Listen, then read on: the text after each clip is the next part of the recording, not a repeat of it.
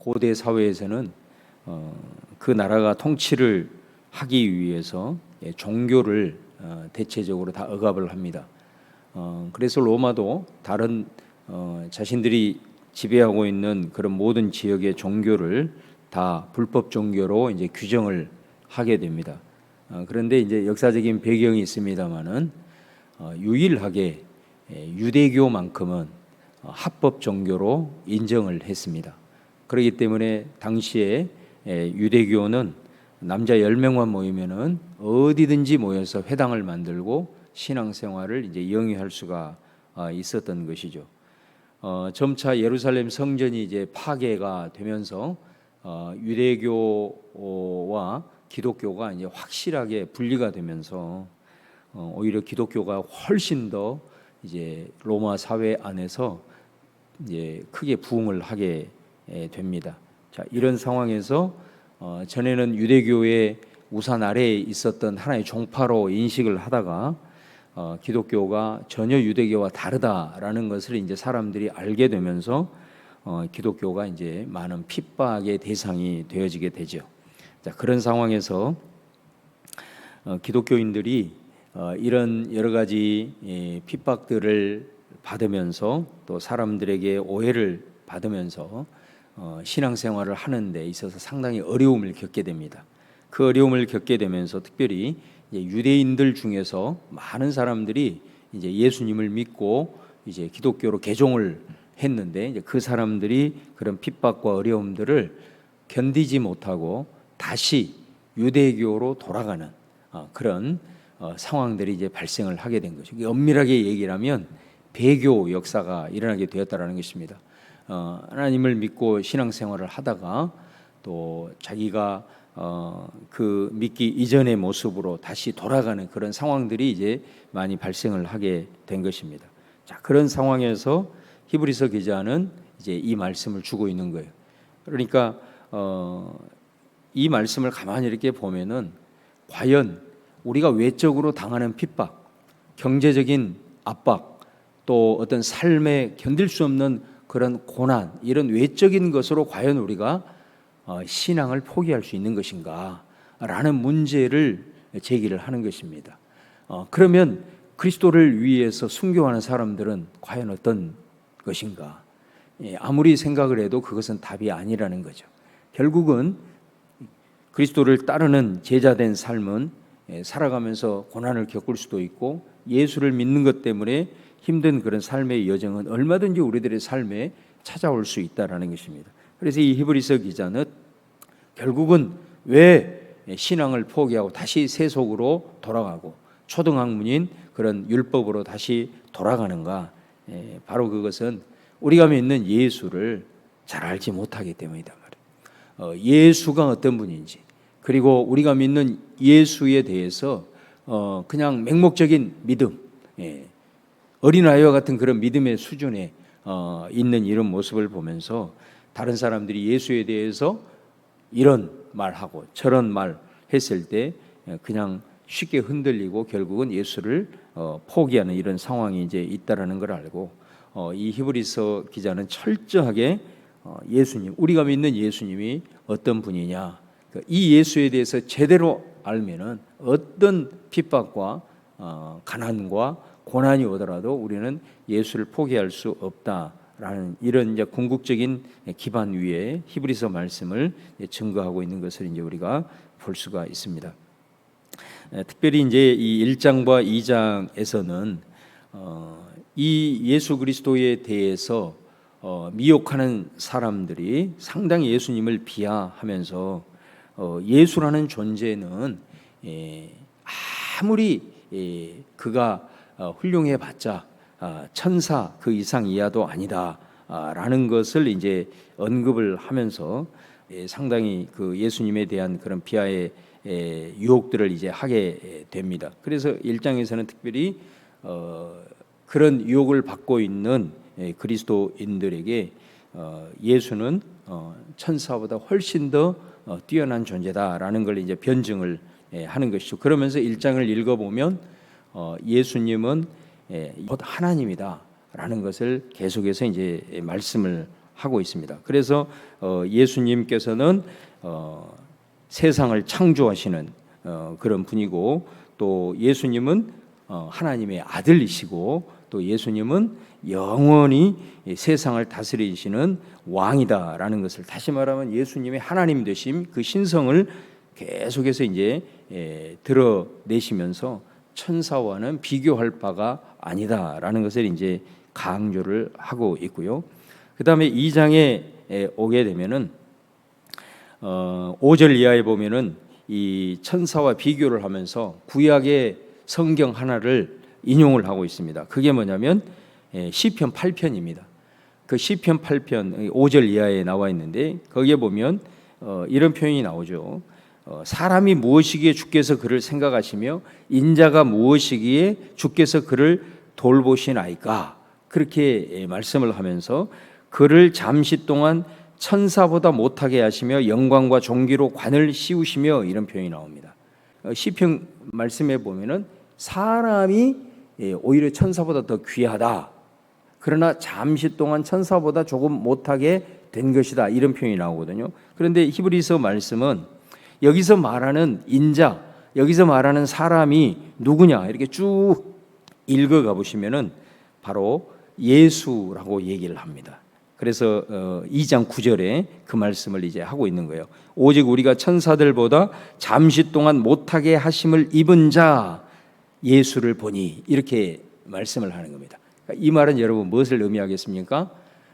예수님도 하나님이시지만 천사와는 비교할 수 없는 신성을 가지고 있는 분이시만은 바로 예수님도 인간과 똑같이 사람이 되셨다라는 것을 말씀을 하는 겁니다. 그래서 이 히브리서 기자는 바로 영적인 존재인 천사보다 잠시 동안 못하게 하시며, 이 표현을 통해서 예수님은 하나님인 동시에 인간의 몸을 입고 우리 인간과 똑같이 되셨다라고 얘기를 하는 거예요. 자, 인간이 되시는 그 모습을 어떻게 하나님이라고 하는 신적인 존재가 인간이 될 수 있느냐, 요거는 예수님의 존재에 대한 큰 하나의 비약거리가 될 수 있는 것이죠. 그런 상황에서 히브리서 기자는 바로 이 예수 그리스도가 하나님이시지만은 인간의 몸을 입고 인간과 똑같이 되셨다. 그리고 그는 친히 고난을 당하시고 십자가에 달려 돌아가셨다. 어떻게 메시아가 고난을 당할 수가 있느냐? 이 엄청난 예수님이 비하를 당할 수 있는 또 근거가 되는 것입니다. 어떻게 신이 인간이 될 수 있고 또 메시아라고 왔다라고 하는 분이 그렇게 고난을 당하고 저주의 상징인 십자가에 죽을 수가 있느냐, 이런 이제 공격을 받게 되는 거죠. 그러나 히브리서 기자는 말합니다. 예수님은 너희들이 얘기한 것처럼 인간의 몸을 입고 이 땅에 오셨다. 그리고 친히 고난을 당하시고 십자가에 달려 돌아가셨다. 자, 그러면 예수가 왜 인간이 되셨고 왜 예수님이 십자가에 달려 그렇게 비참한 죽음을 맞이할 수밖에 없었는가라고 얘기를 하면서 9절 하반절에 보면은 바로 모든 사람을 위하여 죽음을 맛보려 하심이라. 바로 예수님이 인간이 되시고 십자가에 달려 죽으신 것은 바로 모든 사람을 위하여 이 일을 당하신 것이다라고 이야기를 하고 있습니다. 그러면서 이 장의 말씀은 이 예수님이 인간이 되시고 그가 죽으신 것이 모든 사람을 위함인데 도대체 무엇을 위해서 그렇게 하셨는가? 크게 세 가지로 요약할 수가 있는데요. 첫 번째는 바로 예수님이 인간이 되심으로써 우리가 이제 하나님의 자녀가 되었다. 그래서 오늘 표현에 보면은 뭐라고 얘기하냐면 11절에 2장 11절에 이렇게 말합니다. 거룩하게 하시는 이와 거룩하게 함을 입은 자들이 다 한 근원에서 난지라 그러므로 형제라 부르시기를 부끄러워하지 아니하시고, 여기서 거룩하게 하시는 이는 예수님이시고 예수님으로 말미암아 거룩하게 함을 입은 자들은 바로 우리를 가리키는 거죠. 그래서 예수님이 인간이 되셔서 우리를 위해 십자가에 돌아가심으로 예수님과 우리는 뭐가 되어버렸냐? 형제가 되어버렸단 말이에요. 형제. 우리가 예수님과 한 형제가 되게 하기 위해서 예수님은 고난당하셨다. 예수님과 우리가 한 형제가 되었다라는 것은 무엇을 의미하겠습니까? 바로 예수님에게 아버지가 하나님이듯 우리도 이제 하나님이 우리의 아버지가 되신다. 그래서 그의 죽음과 그의 십자가는 바로 하나님과 우리를 연결시키는 대제사장의 역할을 감당하면서 우리를 위해서 친히 자기가 고통을 당하심으로 바로 우리를 형제라 여기시고 바로 우리가 형제가 됨으로 말미암아 하나님을 아버지로 섬기는 그런 역사를 위해서 예수님이 인간이 되시고 십자가의 저주를 당하셨다라고 말씀을 하고 있는 거예요. 그 다음에 두 번째는 뭐라고 얘기하냐면 바로 예수님이 그의 죽음을 통해서 마귀를 멸하시게 되었다라고 얘기를 하는 겁니다. 인간이 죄를 지음으로 말미암아 그 죄로 인하여 우리는 마귀에게 이제 묶임을 당해서 끌려다니는 존재가 되지 않았습니까? 자, 그런데 그 모든 인간의 죄를 예수님이 다 대신 딱 짊어지고 예수님이 죽으셨단 말이에요. 여러분, 우리도 이렇게 보면은 어떤 사람이 죄를 지어가지고 이제 기소를 하지 않습니까? 검사가 이렇게 기소를 하고 수사를 받게 되는 과정에서 이 사람이 죽어버렸어요. 그럼 어떻게 됩니까? 바로 그 즉시 공소권 없음 이렇게 돼가지고 그 모든 죄, 뭐 이 모든 건 다 그 일시에 다 없어져 버린 거예요. 죽었으니 다 끝나버린 거 아니겠습니까? 바로 여러분, 우리가 죄로 인하여 마귀에게 늘 기소를 당한단 말이에요. 죄 하나 저지르면 마귀는 그 죄 하나 가지고 끝까지 우리를 정죄하면서 너가 하나님의 믿는다고 택도 없는 소리 마라. 너 같은 놈이 어떻게 하나님의 자녀라고 감히 말. 그래가지고 우리들의 마음을 하나님 앞에 집중하지 못하도록 속이고 미혹하면서 우리를 얽어매가지고 우리를 얼마나 괴롭게 하냐 이거예요.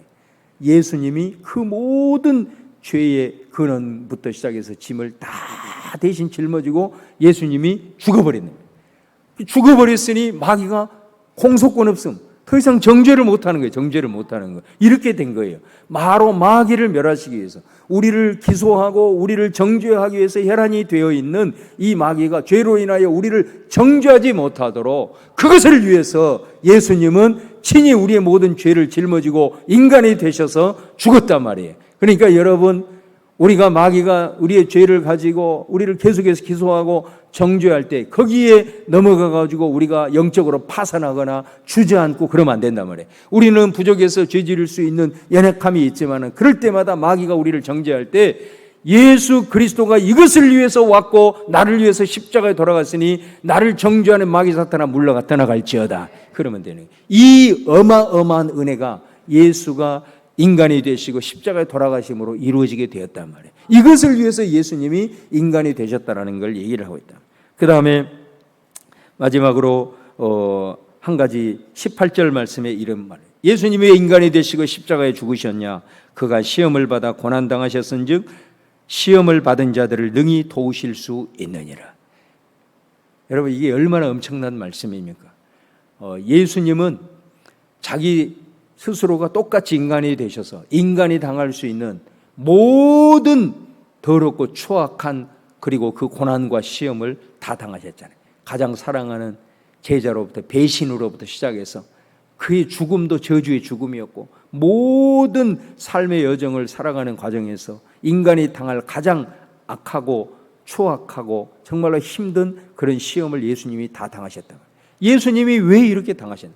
예수님을 부정하는 사람들이 야 메시아가 어떻게 그런 걸 당해? 메시아는 영광스러운 거고 모든 악한 것들을 일시에 제압할 수 있는 거고 뭐 이런 존재가 돼야 되지. 예수님 그렇게 안 하셨단 말이에요. 왜 예수님이 그랬다고 얘기합니까? 인간들이 이 세상을 당하시면서 당하는 고난, 그가 직접 고난을 당하지 않고는 인간이 당하고 있는 자기 형제가 당하고 있는 이 고난을 어떻게 공감할 수 있겠냐 말이에요. 그 고난을 가장 심한 고난을 당한 예수님이기 때문에 저와 여러분이 당한 그 고난의 아픔을 공감할 수가 있는 거예요. 그러기 위해서 하나님이신 그분이 인간이 되셨고 그 고난의 길을 걸어가셨단 말이에요. 다른 이유가 없단 말이에요. 여러분이 제가 이 세상에서 당하는 그 아픔과 가난과 고난과 역경을 누가 이해할 수 있겠냐 말이에요. 누가 그것을 공감할 수 있겠냐 말이에요. 우리 예수님밖에 없다 그래요. 그것을 위해서 하나님이신 그분이 이 땅에 오셔서 십자가의 그 저주의 고난을 당하셨다라고 말씀하고 있어요. 그러니 이 예수가 인간이라고 그리고 어떻게 메시아가 고난을 당하냐고 그런 말들을 듣고 너희들이 그 예수를 포기할 수 있냐? 너희들이 당하고 있는 고난과 아픔을 여전히 우리 주님은 보시고 아파하시며 너희들을 도와주시고 길을 내시기 위해서 아무리 우리에게 힘들고 어려운 일을 당했을 때 어떤 사람이 와서 내가 너 도와줄게 그런다고 우리들의 마음이 회복이 됩니까? 아무리 와서 도와준다 하더라도 먼저 내가 당하고 있는 아픔을 공감을 해주지 아니하면 우리는 결코 마음을 문을 열 수 없잖아요. 먼저 내가 얼마나 아프고 있다라고 하는 것을 같이 느껴주고 같이 공감해 줘야 내가 마음문을 열고 그 사람이 무엇을 손을 내밀 때 잡을 수가 있는 거지. 나에 대한 아픔은 전혀 알지도 못한 상태에서 야 내가 도와줄게 그러면 더 그것 때문에 상처를 받는 것이 우리 아니겠습니까? 바로 예수님이 그런 거예요. 그 만왕의 왕이시고 천지를 창조하시고 정말 하나님과 동역하셔서 이 역사를 이루신 그 주님이 왜 인간이 되셨고 이런 고난을 당했는가? 바로 히브리서 기자는 2장을 통해서 이 세 가지를 말씀을 하고 있는 겁니다. 여러분, 우리 예수님은 하나님이 되시고 천사와 비교할 수 없는 신성을 가지고 있는 하나님이신과 동시에 바로 이 세 가지 이유를 통해서 인간이 되시고 십자가의 고난을 당하셨다라고 얘기를 해요. 그래서 그 말씀을 요약하면서 17절에 그러므로 그가 범사의 형제들과 같이 되심이 마땅하도다. 이는 하나님의 일에 자비하고 신실한 대제사장이 되어 백성의 죄를 속량하려 하심이라 이렇게 말씀을 하고 있어요. 그러면서 우리에게 권면을 합니다. 이런 시험에 빠져서 내가 신앙을 포기해야 되냐 말아야 되냐 그런 위기 가운데 있는 사람들에게 3장 1절 오늘 우리가 봉독한 말씀처럼 그러므로 함께 하늘의 부르심을 받은 거룩한 형제들아 우리가 믿는 도리의 사도이시며 대제사장이신 예수를 깊이 생각해라. 너희들이 내가 신앙을 포기할까 말까 이렇게 고민하면서 아니면 이미 초등학문으로 돌아가서 신앙을 포기하고 정말 세상으로 돌아간 너희들아 다시 한번 예수를 깊이 생각해라. 그러면 예수의 뭐를 깊이 생각하라는 것입니까? 한마디로 얘기하면 예수님의 신실하심을 생각해라. 예수님이 인간이 되셔서 십자가를 지기까지 얼마나 하나님의 아들로서 많은 유혹이 있었겠어요. 얼마나 이 십자가를 지는 그 과정 가운데 그가 흔들렸겠어요. 인간이기 때문에 그럴 수 있어요.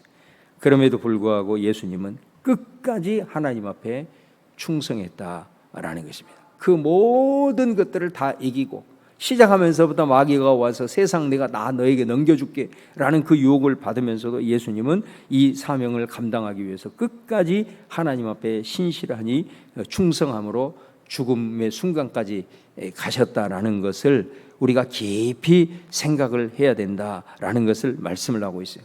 그렇다고 한다면 이 예수님의 신실하심을 우리가 깊이 생각을 하게 되면 어떻게 될까요? 결국은 형제된 우리도 그 예수님처럼 우리도 끝까지 신실할 수 있다라는 거예요. 그를 말하고 있는 거예요. 그래서 우리가 주님과 함께 이제 형제의 연을 맺었으니 하나님을 아버지로 모셨으니 어떠한 어려움과 고통이 온다 할지라도 어떤 시험이 온다 하더라도 잠시 우리가 주저앉는 상황이 있다 할지라도 우리는 그것으로 인하여 넘어지는 자가 아니라 끝까지 예수님처럼 신실하게 마지막 순간까지 충성스럽게 주님의 사람으로 하나님의 아들로서 나아갈 수 있다라는 것입니다. 그래서 마지막 부분의 6절 하반절에 보면 우리가 이 소망의 확신과 복음에 대한 자랑을 끝까지 굳게 잡고 있으면 우리는 그분의 집이다. 그분의 거룩하게 하시는 하나님의 백성이다라고 말씀을 하고 있는 것을 보게 됩니다. 어느 때보다도 힘겨운 그리스도인의 삶을 살아갑니다. 여러분들이 교회에 와서 기도할 때 정말로 우리가 힘든 여러 가지 삶의 여정 속에서 하나님께서 이 문제를 해결해 주기 위해서 많은 기도를 하실 겁니다. 그러나 사실은 그리스도인들이 가장 기도해야 될 기도의 제목은 뭐냐면 사실 우리가 힘들고 어려워도 다 여러분 세상에서 꾸역꾸역 다 살고 계시잖아요. 그러잖아요. 뭐 먹을 것 때문에 굶주리고 힘들어도 다 살아가거든요. 특별히 이 풍요로운 세상 속에서는 그래요. 우리의 기도 제목은 사실은 뭐가 돼야 되냐면 정말 우리가 하나님이 아니면 이 세상을 살 수 없다라고 하는 그 말씀 속에는 어떤 말이 담겨 있냐면 그리스도인으로서 정말로 하나님이 아니면 그리스도인으로서 세상에서 우리는 단 한순간도 살 수 없습니다. 예, 세상에서 먹지 못하는 거 뭐 그런 것들 다 꾸역꾸역 살아갑니다. 그렇게만 생각해 버리면 사실 우리가 기도해야 될 제목을 간절함이 없거든요. 그러나 여러분, 그리스도인으로서 정말 하나님의 자녀로서 내가 신실하게 세상 속에서 살아가야 되겠다. 기도가 안 나올 수 없어요. 기도하지 아니하고 하나님의 능력을 힘입지 아니하고 그리스도인으로서 우리 다 무너지거든요. 다 쓰러지거든요. 그리스도인으로서 세상 살기가 너무나도 힘든 시대잖아요. 자, 그런 시대 속에서 오늘 예수님이 왜 우리 가운데 하나님인 그분이 왜 우리 가운데 오셨는가? 이 주님의 놀라운 복음의 메시지를 다시 한번 우리 속에 붙들고 힘들고 어려운 그리스도인으로서 살아가기 힘들고 어려운 시대 속에서도 여러분 끝까지 주님 오시는 그날까지 이 소망의 확신을 가지고 복음의 자긍심을 가지고 충성하는 우리 성도님들 다 될 수 있기를 주님의 이름으로 축원합니다.